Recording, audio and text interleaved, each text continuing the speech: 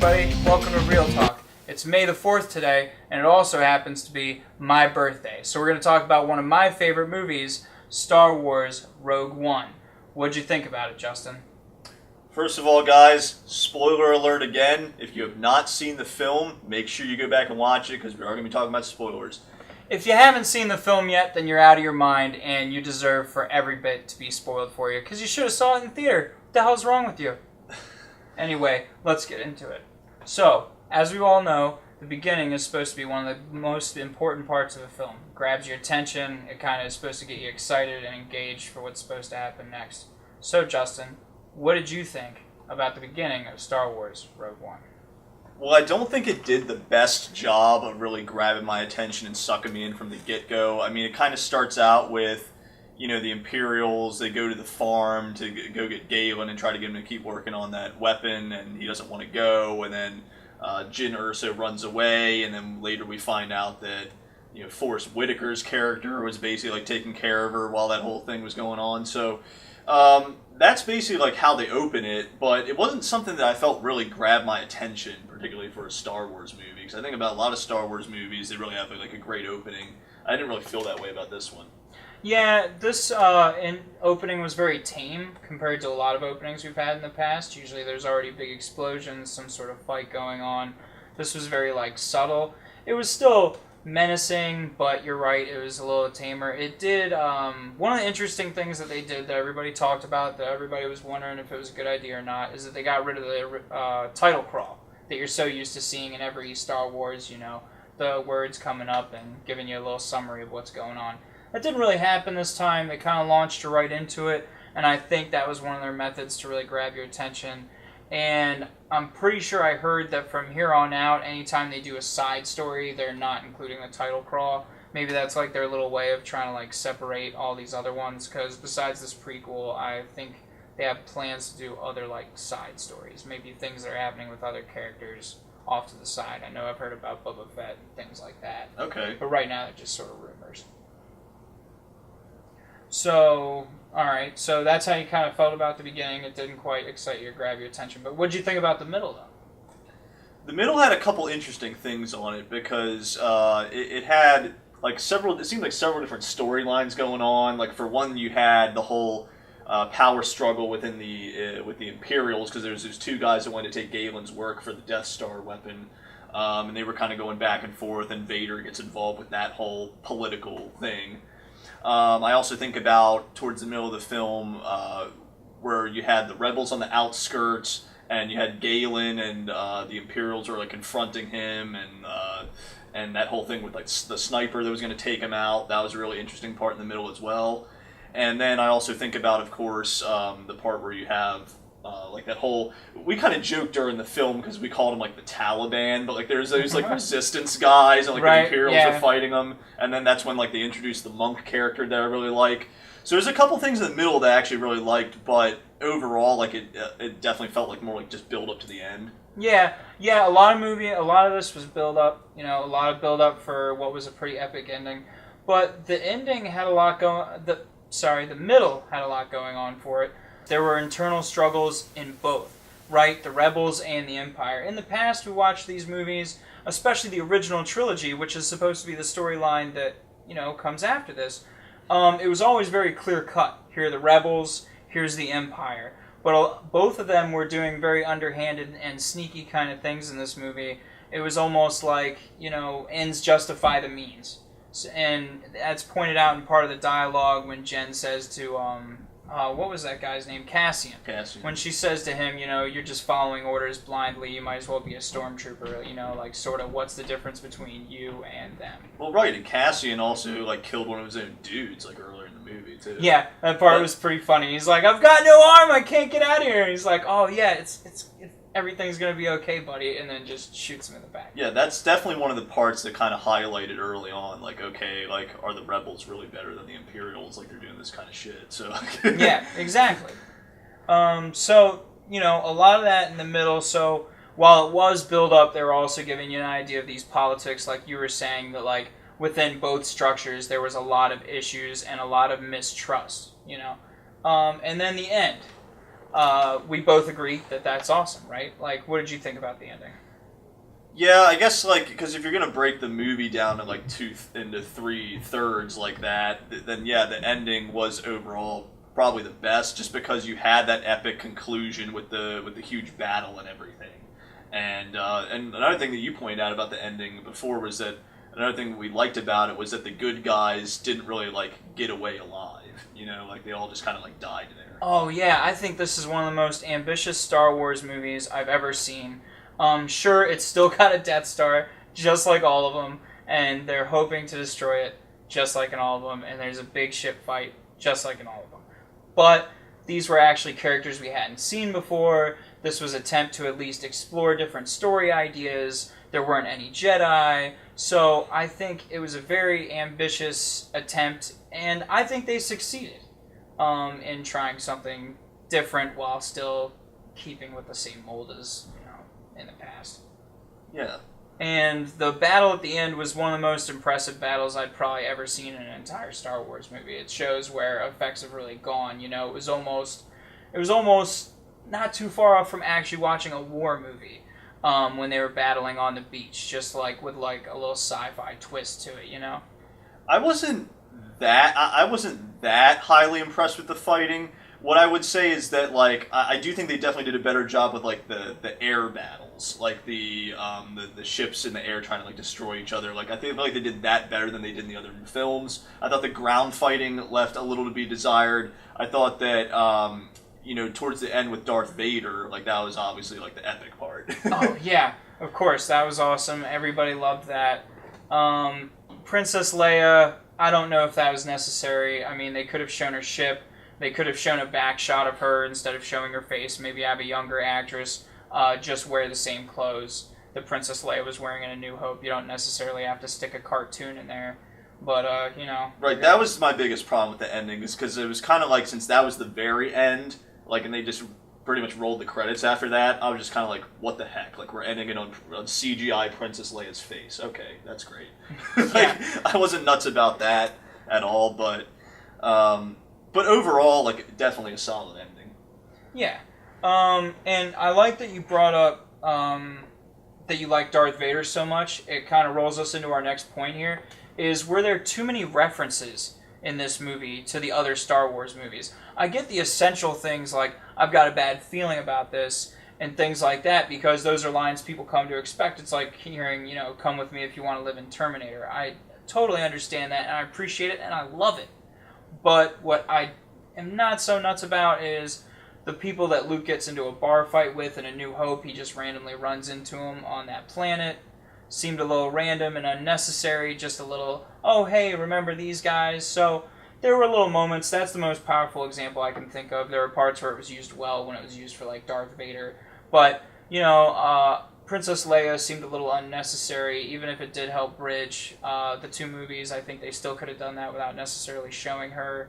And then, of course, those two guys that they run into on the planet. I just think that's really silly. Yeah, I mean, this is something that I've seen in other series where you're talking about prequels and sequels. A lot of times what these films will do is put characters that the audience is going to recognize from the other films, just as kind of like, oh wow, I recognize that guy. But it doesn't always logically make sense, and I think like one of the parallels would be X-Men First Class, where they show Logan just kind of like in a bar, and you're just like, oh well, that was cool, but like it didn't really make sense. Like he didn't have in the grand scheme of things, it actually didn't fit. In this film, like it makes even less sense because it's not even cool that they're there. It's just like, what the heck? Yeah.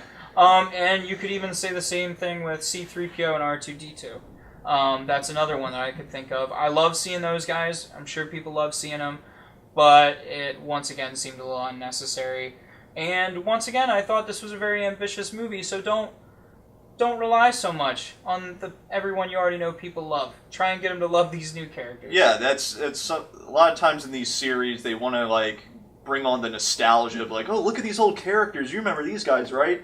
But like you said, the film needs a chance to stand on its own. And like if you're gonna bring in those characters, there should be a logical reason for it. Exactly. And then the Darth Vader thing I think was done really well. We got to see him in the Banta tank. The healing water kind of tank that they put Luke in Empire Strikes Back after he was attacked. I think they're implying that Darth Vader's always in that thing whenever he's not in his suit, which is new to canon because up until that point, most people felt like Darth Vader was just always imprisoned in his suit. So that was interesting. I could take or leave that. I know a lot of people went back and forth on that. But I do absolutely love when he was revealed at the end. It was well shot, well directed. They were just like, let's have it like a horror movie. You know? I felt like it might as well have been Jason Voorhees or one of the aliens or the Chainsaw Massacre guy chasing all these rebels in that ship at the end. The way he's just cutting them all down and just tearing them apart, you know? Yeah, it was definitely the most, like, single, short, badass scene of the film. Yeah. I mean, it didn't go on for that long, but, like, yeah, I remember, like, when we watched it in the theater, everyone was really into that scene. Like, wow. Yeah. Crazy. One of the craziest things you've ever seen Darth Vader do on the silver screen, you know? So I guess, do we cover characters? No, we didn't. We didn't cover characters. And, you know, two of my favorites were, number one, the blind Asian monk guy. Even though I don't feel like he had a crucial link with the story, like, if you would have left him out, the story would have stood without him. But, like, I felt like, despite being a side character like that, he really added something to it. And then the other character I really liked was the reprogrammed Imperial droid. Oh, yeah, K2, what was it? K2SO, yeah. And he was played by the same guy, forgive me for not remembering his name, but he's actually Steve the Pirate from Dodgeball. That's the same guy, and he did a great job. He had some of the more personality than some of the other characters, you know what I mean? When you were watching it, he was more, I don't know, just more But that kind of says something, too, about the film, like, that the robot shows more personality than a lot of the normal characters. Yeah, it is pretty ironic. And then I like the monk. I think he wasn't necessarily essential to the story, but he's essential to what I think Star Wars represents, and what I think was a little ignored in some of those prequels. I'm sure you guys are going to get used to hearing me complain about those Star Wars prequels, because I bring them up every now and again when I'm in front of a camera, just any occasion to bitch about them. But they really got away from the whole spiritual meditation monk thing that Star Wars was kind of about in those movies, I felt like. And they really brought that back in a big way in this one when, you know, the forgive me for not remembering his name, but the Asian guy just like keeps saying, I'm one with the Force is with me. His belief in that he was going to be able to accomplish what he was able to within the Force, you know, actually happened. So I thought that was really cool, bringing that whole religious, spiritual thing back right, to and the he Force. didn't need to be just like your standard Jedi with a lightsaber. He was like doing it all with like a stick. You know? Exactly, to show that like it's not specific to certain people. You know, other people can use the Force. It touches everybody, not just, you know, Jedis. Just Jedis are more powerful with it or whatever. But it affects everybody, you know. It's almost like a cult. So anyway, I think we did a pretty good job covering characters. I think we can move on. What was your favorite part? Just overall, favorite part of the movie? Was it a character? Was it just certain scenes? Or like, you know, what was really cool? Yeah, that's kind of hard to say because, like, I mean, the end third of the movie obviously had, like, the most power in it overall, and, like, we touched on, like, the Darth Vader part and all that, and, like, the big battle. But actually, if you made me pick a single scene that I thought was the best for me, it would actually be, like, that part where there's the Taliban, quote-unquote, resistance guys fighting the Imperials, and then the monk shows up and, like, is going ham on the stormtroopers. Like, that's probably, and I think like the droid was like pretty involved in that part too, and so like that's why I like that part of the movie. Yeah, he just walks in and he's like, "Oh, you guys are doing a great job being hidden," and he like grabs a grenade that's being thrown and just throws it off to the side. Yeah, that whole part where they're on that planet was like probably my favorite part. Now, I thought you were telling me the other day a little bit off camera, but didn't you say you liked that part with Galen, like in the rain, where like they were questioning and interrogating all the scientists, trying to figure out who gave up the information? Oh, that was definitely one of the interesting parts in the middle, but that wasn't like my favorite. Oh, okay.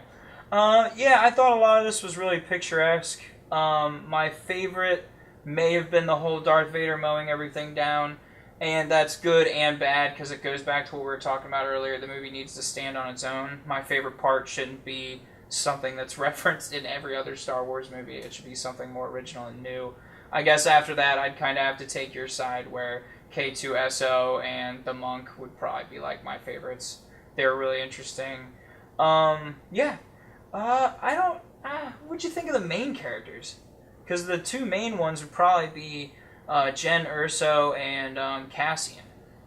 I feel like they left something to be desired in terms of like the acting and the role they had in the film, because like it was like we were saying, like, you know, the droid showed so much personality, and then like you compare it to the male lead being Cassian, it's just like, I don't know, it's just like I didn't see enough from him that I was really impressed by the character. I mean, there's a couple things like, you know, obviously he was struggling with some kind of inner demon with the fact that, you know, he kills his own guy on the one planet, then he's about to, like, you know, snipe Jin's father, and then like that, you know, that whole thing, like, it seemed like he was dealing with some internal struggles there, which was interesting. But I felt like the two main characters did leave something to be desired. This was definitely a film where I felt like the side characters really like moved the story forward, which is kind of odd. Yeah, that tends not to be a good thing when you see something like that. You know, I don't think that bodes entirely good for the movie. But all in all, still a great movie. I think we both admit that. Maybe not perfect. But anyway, I think we're getting a little off the beaten path here. But alright, so we talked about favorite part. What about Forrest Whitaker? I thought he could have been used a lot more in this movie. And I believe I heard rumor that he was supposed to be more in it, but through some mix-up of reshoots or maybe contract issues, I'm not entirely sure what it was, but he was more written out of the story than was initially planned, from what I understand. Well, right. They kind of infer that he's the one that takes care of Jin after the whole like incident on the farm with her family, and she had to run away and was like abandoned. So he takes her in, and you would think that maybe they would have added an additional part to the film where they kind of show how Forrest Whitaker's character like gets in touch with her, and a little bit of that like raising her type of thing. But instead it kind of jumps to her just being like an adult. So yeah. That's one of the things, and that's why I felt like Forrest Whitaker was a little out of place in the film, because it was almost like you could have just cut him out entirely at that point. Yeah, he was epic and cool, and there was a little bit of foreshadowing with him saying that there wasn't a lot left of him to kill, and with him being more machine than man. Sound familiar? Kind of like Darth Vader, right? He even had the breathing thing. So that was kind of some foreshadowing to that, but yeah, he seemed kind of out of place, and it certainly would have been interesting to see what the original plans were for him, because I don't think that's what they had in mind when they first made the movie. Well, and the thing is, like, the way they did the film with his just having, like, a small role like that, it was one of those things where, again, I had to watch the movie more than once to really understand, like, what the heck is going on here. You know, like, it's not, like, this film, like, that's the thing about it. I feel like the grand scheme of things, you understand, like, okay, they're trying to stop this, like, Death Star weapon and, like, get the plans for that. But there are certain things going on in the film that are hard to pick up on just watching it one time. And so, like, that's definitely, like, it's more complex than you would think. Right. So, what was the point? You know, what was, like, the overall message from the story? Was it just, let's spend a bunch of money to close the plot hole in Star Wars of why the Death Star is so easy to blow up? Was it just as simple as that? You know, I'm someone that finds it difficult to find deep meanings in films like this, because at the end of the day, what I view it as is it's a sci-fi / action film that's part of the Star Wars series. And when I look at this movie as a whole, like, there are certain elements of it that are definitely like, okay, that's interesting. Now you're guessing, like, whether it's the Imperials or the Rebels that are really the bad guy, like, because of some things that happen and all that. But as far as, like, a main point to take away, like a moral to the story, I struggle to find one. I just kind of look at it as, okay, it's a prequel. They're now showing you know, how they got those Death Star plans so that, like, Luke could, you know, do that later on in the series. That type of thing. But I struggle to find, like, a moral to the story. Yeah, it's certainly, I don't think it was an easy one. And this is kind of what I talked about in Logan. I like this in stories, and I certainly felt like this was at least part of the message, if not the entire message. In Logan, I said that Wolverine's a man that always feels alone in many of his stories, only to find out that he's not really. He's got all these friends, all these allies, even though he maybe even sometimes wants to be alone because he's worried about damaging their lives as well as his own. But I could go on about Logan for days. I think this movie had a lot of trust issues. Cassian didn't really want her to have a gun. The rebels were bickering amongst themselves and couldn't trust each other. They were kind of scattered, and even the Empire had their internal struggles. So it has a lot to do with if we can't trust ourselves, we're only doomed to fail. The Empire fails because they betray their own people and kill their own people. The Rebellion has the potential to fail because they're almost willing to do the same thing. And it's almost like they kind of turn around.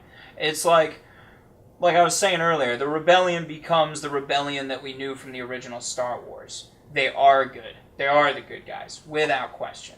And this movie makes you question that. So it's almost like before they became truly good, Yeah, that kind of makes sense. Yeah, so I know that's a little bit of digging, but let's see. I think we about covered it. Did we talk about CGI Tarkin, and Princess Leia? I know we talked a little bit about Leia. We only talked a little bit about it. See, the CGI Tarkin, they must have done a good job with that, because I didn't notice that was a CGI character. It was really just the Princess Leia one that was obvious to me. Yeah. And part of that's because they really did that close-up on her face at the end. It was just like, what the heck? Like, was this really necessary? Yeah, no, I don't think it was necessary. It was nice that they bridged the two movies together, but I think those scenes could have done it without showing her potentially.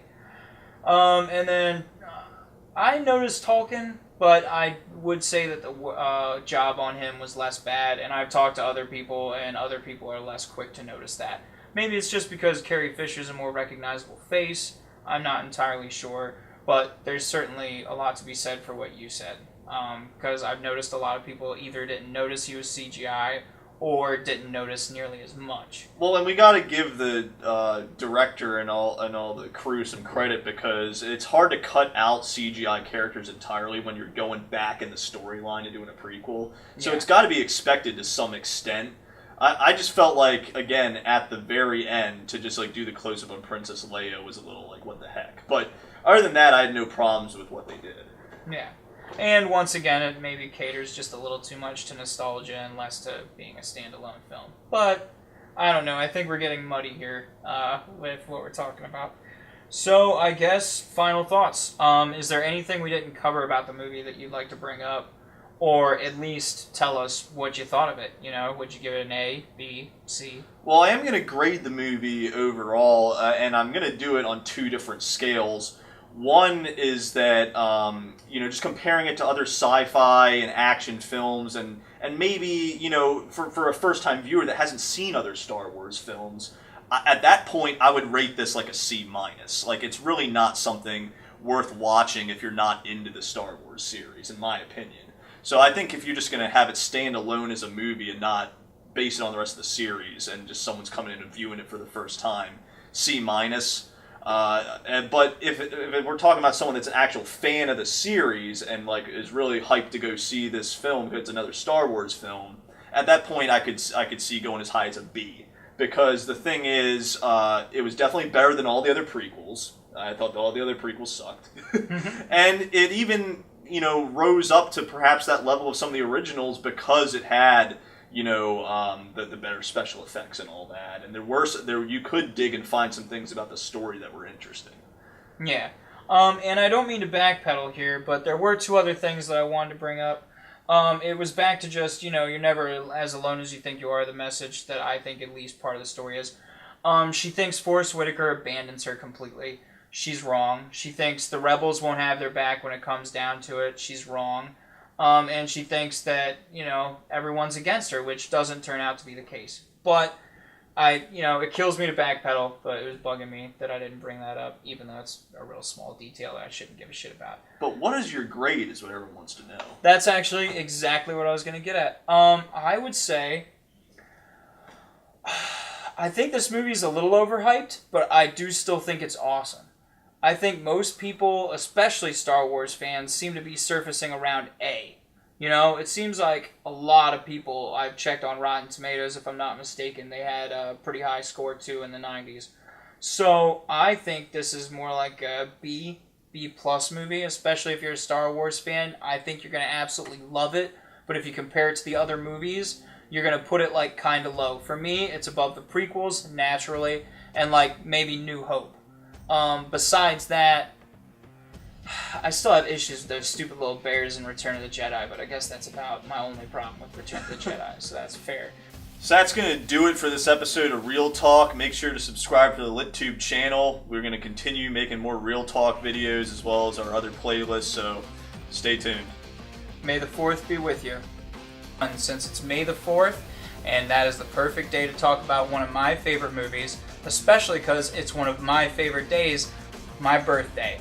That's right, May the 4th be with you all is my birthday. That was so sucky. Hey everybody, welcome to our newest episode of Real Talk. Hey everybody, welcome to episode 3 of Real... Nah, I don't give a fucking number. Hey everybody, welcome to Real Talk. Today we're going to be talking about...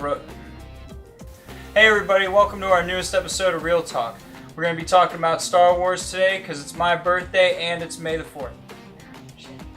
What did I say earlier? Nerd! Well, it's not even my favorite. I'm just trying to put on... Like I told you guys, gotta be about it. So yeah.